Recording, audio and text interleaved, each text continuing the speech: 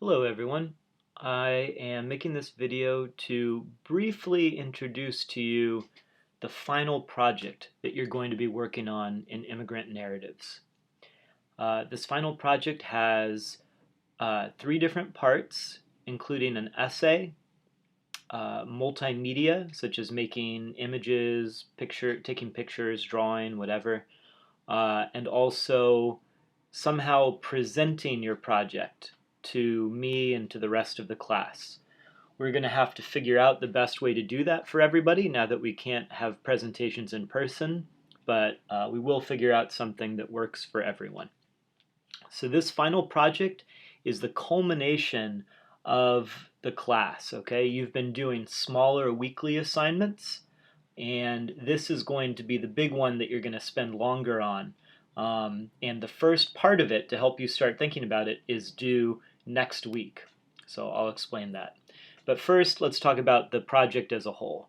So your final project asks you to tell a story about how you fit into a bigger immigrant history. We've been talking about the big narratives, the things that people talk about in American history, they talk about in the news and so on. Politicians talk about things like, we are a nation of immigrants, or other politicians might say, immigrants harm this country. There are different stories that are told about immigrants and what their importance is here.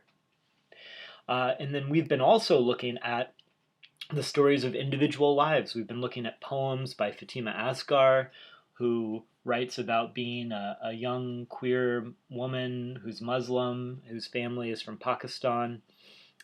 We've looked at the novel Lucy by Jamaica Kincaid about a young Caribbean woman who comes to the U.S. to work as a nanny. We've looked at the story of Zarif Khan, who came to the U.S. and opened a restaurant and started a family. So this final project is asking you to look at both a bigger story and also your own story and see how they fit together. To do this, the biggest part of the final project is writing an essay that is at least 2 pages long.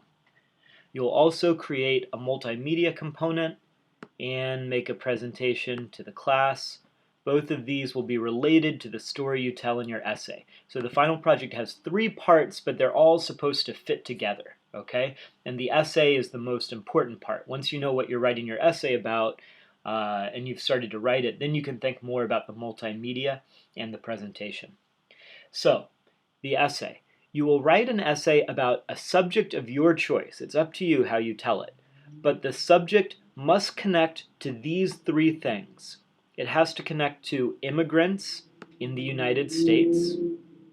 It has to connect to you yourself. There has to be a personal connection. And it also has to connect to a community you are part of. That can be a small community or it can be a bigger community you're part of. But you have to think about a subject that will let you connect to all 3 of these things. And here are some examples. I know that can sound scary, but here are some examples. It's not actually that hard to find subjects that work. So you could write your essay about an organization that helps out immigrants, like JVS or the Immigrant Learning Center in Malden, okay? If it's something that you have a personal connection to, like JVS, then obviously there's a connection to you. It's an organization that helps immigrants, so there's a connection to that. And also, because you're part of it, it's a community that you are a part of, right? So you can see how JVS itself lets you connect all 3 of these things together. Now, you could also, your subject could be a religious site, like a Korean church, or like the Islamic Society of Boston Cultural Center in Roxbury, or a Buddhist worship center, because some religious sites have a lot of immigrants, and if it's one you go to, then of course you're connected to it. And also, it has its own community, right? The people who go every week or most weeks to take part in the services, in the rituals. So a religious site could be a good subject. It could be a different kind of physical place. It could be a neighborhood, like Chinatown, right? Or some other neighborhood where a lot of immigrants live. If it's the neighborhood that you live in, then you're connected to it, right? You can also, it's a neighborhood is also a community you are part of, right? You live there surrounded by other people and you have some kind of relationship with them. And if a lot of immigrants live there, then it's connected to immigrants in the US, okay? So you see how a neighborhood could work as a subject as well. You might not look at a physical place, but you might look at a group of people, a particular immigrant community, like Puerto Ricans in Boston, for instance. An immigrant community that you're a part of, or Ethiopian Christians in Massachusetts. It doesn't have to be that big either. It could be a smaller immigrant community. For instance, there are soccer teams that most of the people who play on the soccer team are immigrants. If you're part of a team, or you used to be part of a team before the coronavirus, that was made up mostly of immigrants, something like that could work. So it doesn't have to be a huge immigrant community. It could be a smaller one. It could be a place where many immigrants travel or work, like Logan Airport. Most people who come to the Boston area to live arrive through Logan Airport. And then a lot of immigrants work in Logan Airport too. They work on the planes, getting them ready, or they work at the Dunkin' Donuts. They work in lots of places in Logan Airport. So that could be an interesting subject, as long as you have a personal connection to it yourself, which you do if you arrived here by flying into Logan Airport. Or you could talk about something more abstract, like an immigration law or policy. For instance, the diversity immigrant visa, also known as the green card lottery. If that's something that you won or somebody in your family won, then you have a personal connection to it. You could think about the community of other immigrants who are affected by it, and then it works. There's a connection to all three of those things. So that I think gives you an idea of how many different kinds of subjects you can write about. As long as you have a personal connection to it, it connects to a community you're a part of, and of course it connects to immigrants in the U.S. in some way. So this is a kind of narrative essay, but it's a new type of narrative essay that you haven't written before. This is an essay that tells a story not just about your own life, but also about the subject you have picked. Okay? So actually, in a way, the best example for you may be the essay about Zarif Khan, the Tamale King of Sheridan, Wyoming, written by Catherine Scholes, because that was a story about one individual and the things that he did in his life, but also about bigger things, about the community of Muslims in Wyoming that was established partly because of him. And also about the, what Wyoming was like before he arrived and the town, So that's an example of a story that's not just about one life, but it's also about something bigger at the same time. So it's a new type of narrative essay. Now, this story will include the past, present, and future. I'm going to explain what that means. When I say the past, I mean you have to include a time before you arrived at or became involved with the subject. Okay? So for instance, if you were writing about Logan Airport, you would have to do some research on what it was like before you first came there. Or if you were writing about a neighborhood like Chinatown, you would have to do some research on its history before you arrived there, or whatever neighborhood you were living in. If you were writing about the Islamic Society of Boston Cultural Center in Roxbury, you'd have to talk about it before you started to go there yourself. So how long has it been there? How did it get built? Who were there arguments about it when it was being built? So you have to include the past before you came on the scene, before you became involved with the subject. Now, since you weren't there, in order to write about the past, you will have to do some kind of research. We're going to talk a lot more about research in the coming weeks, but just for some quick examples, this could include interviewing people who were around before you arrived, finding articles online, newspaper articles, or articles by professors, researchers. You could find videos, you could read books. There's lots of ways that you can do the research on your subject. So it has to include the past, before you arrived. It has to include the present, because it's including you and what you're doing now in relation to your subject. Okay? So for instance, if you currently work at Logan Airport, you would talk about what that is like now. You could give me a little descriptive paragraph about a typical day at working at Logan Airport, for instance. Or if you were talking about a religious site, you could talk about what it's like when you go to the religious site. How you worship and your relationships with the people you see there. Or you could talk about what it's like to not go there right now because of the coronavirus. So anyway, you have to include the past, you have to include the present, and you also at least briefly have to mention the future, okay?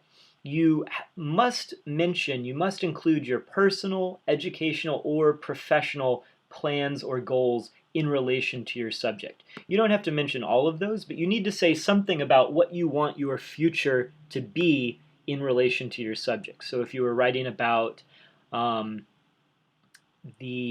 like Logan Airport, you could imagine if you want to be promoted to manager at your job there, or if you want to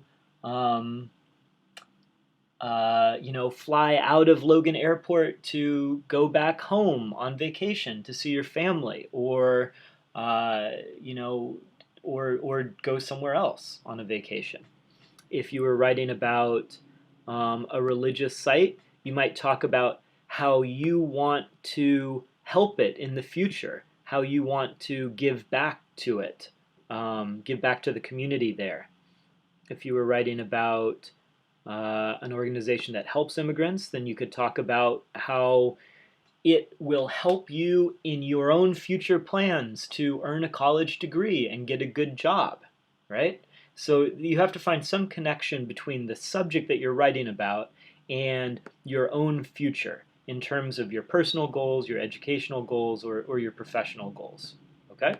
So this narrative essay has to include past, present, and future. The past, before you arrived on the scene, and that will involve some research. The present, including what you're doing now in relation to your subject, and the future, including some of your plans or goals that somehow are connected to your subject. You don't have to spend as long talking about the future, but you have to mention it. And the reason for that is that this class, the Learning Community Seminar, aside from learning in our class about immigrant narratives, also the point of the Learning Community Seminar in general is to help students succeed in community college by thinking about the communities they're a part of and also thinking about their goals and how they want to achieve their goals, okay? So that's why I'm requiring that you talk about the future in your final essay for this class. Now I'm going to give you some examples of final projects. So for instance, if your subject was your neighborhood, you could research and write about the history of previous immigrants to that area and consider the jobs they did, then write about the work that you are doing and the work you want to do in the future in that neighborhood. You could also photograph your neighbors at work and display these pictures while presenting to the class. The photographing it is the multimedia part, right? Because you're not just doing an essay, you also have to do multimedia. So that would be one example. If your subject was your own immigrant community, you could conduct interviews with elders from this community, people older than yourself, and write about what they experienced, what it was like for them to be a newly arrived immigrant in Boston, or part of a community of people back in the 70s or 80s in Boston, and write about what they experienced and did in the US, write about what you have faced and are doing now, that's the present, and what you hope your children or younger relatives will, experience and do in the future, right? So then you've got past, present, future, all in relation to your own immigrant community, like um, uh, Korean Christians in Boston or Egyptians in Boston. You could also record audio from some of these interviews and play a little bit of it while presenting to the class. That's the multimedia part. If your subject was the Immigrant Learning Center of Malden, you could research and write about its history with regard to immigrants, your current relationship to it, or at least your very recent relationship to it, and how it has affected your future plans. Did you decide while talking to a teacher there that you wanted to become a nurse or go into IT? Or did it give you a class that will help you to succeed in your future plans? For the multimedia part, you could, for instance, draw a comic showing your first day at the center and display this while presenting to the class. If your subject was the green card lottery, you could write about the history of that law, how it affects your life now because you won it, I guess, and you came to the US, and what goals you want to set regarding your own civic engagement as a result of your experiences. Because you were affected by this law, maybe that affects how you want to engage politically, if you want to go into politics, or if you want to, help in a political campaign or help to reform the law or change it, for instance. And then for the multimedia part, you could make an interactive map that shows some of the places where other winners of the green card lottery live, photographs of the winners, and information about where they come from. So as you can see, there are lots of different ways that you could approach different subjects and include both past, present, and future, and also think about a multimedia part. There are lots and lots of different ways to do it. Just to give you another example, so a lot of students talked about their own immigrant community, like Puerto Ricans in Boston, or about a religious site like the Islamic Cultural Center in Roxbury, or about an organization like the Immigrant Learning Center of Malden, or about JVS, right? Of course, JVS is easy because you're already there, you know people there, it's easy to do research on it. So those are all possibilities. Somebody had an interesting idea to talk about social media and how immigrants communicate with their families back home. And so she did interviews with older people who talked about how difficult it used to be to talk to their families back home, right? They used to have to have long distance calls that were really expensive and the connection wasn't good. Or they would send a letter and they would have to wait, a couple of weeks before they got a reply. So that's how they talked about the past in terms of communicating with families back home. And then they talked about, the present and what it was like for them to talk to their family using Skype or WhatsApp, to be able to see their faces and to celebrate with them on important occasions, on holidays or whatever, at least, virtually, even though they couldn't really be there. And they also did a survey of other students in the class to see what technologies they used to communicate with their families back home. And then they talked about the future and how they wanted to, keep in better touch with their families, than they had been. They wanted to make that an important part of their lives. So that's an example of a project that somebody did that included, these three connections: immigrants in the U.S., themselves, and the community they were part of, the community of immigrants, and you're also part of the community of people that you left behind in the other country.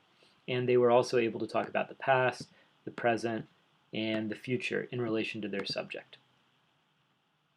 So then very briefly, as I said, this will also include a multimedia component.